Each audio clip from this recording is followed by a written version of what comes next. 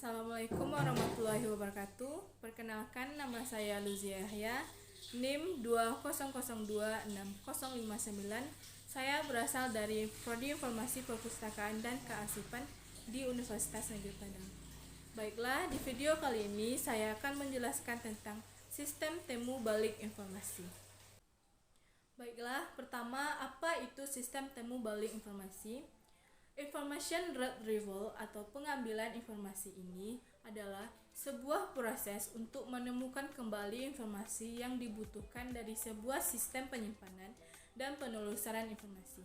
Sistem temu kembali informasi mensyaratkan ada kebutuhan informasi dari pengguna, ada dokumen atau record yang berisi informasi yang disorganisasikan dalam sebuah sistem yang memudahkan temu kembali informasi dan strategi penelusuran yang tepat, sehingga dokumen yang sesuai dengan kebutuhan dapat ditemukan kembali.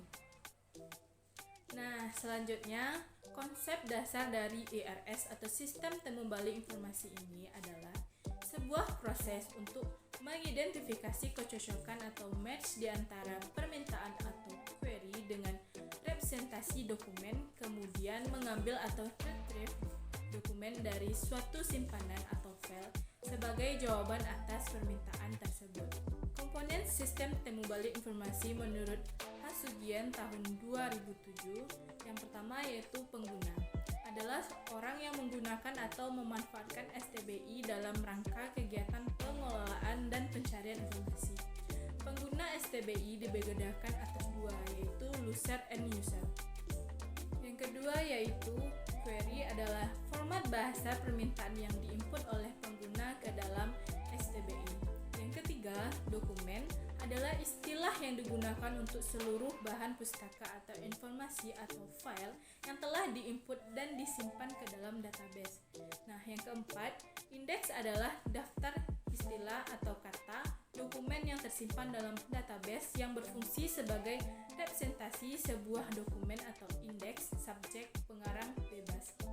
Yang kelima, yang terakhir itu pencocokan, sebuah proses pencocokan query dengan dokumen yang tersimpan di dalam database. Bagi penelusur informasi harus memiliki 3 pengetahuan, yaitu yang pertama konseptual, untuk mengkonversi sebuah kebutuhan informasi ke dalam sebuah query yang dapat ditelusur.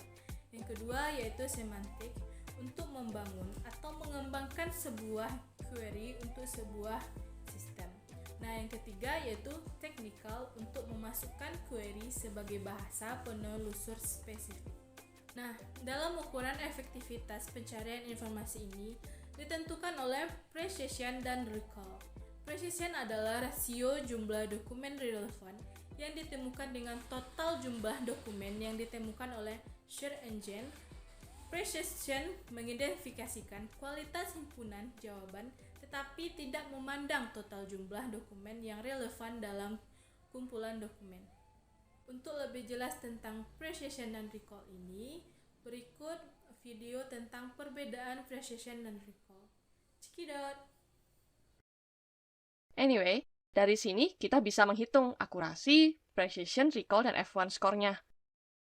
Pertama, metrik yang sering dipakai yaitu akurasi. Akurasi adalah jawaban yang benar atau TP tambah TN dibagi dengan total data atau TP tambah TN tambah FP tambah FN.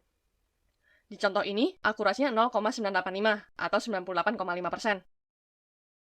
Tapi masalahnya, coba kalau penyakitnya menular kayak COVID-nya.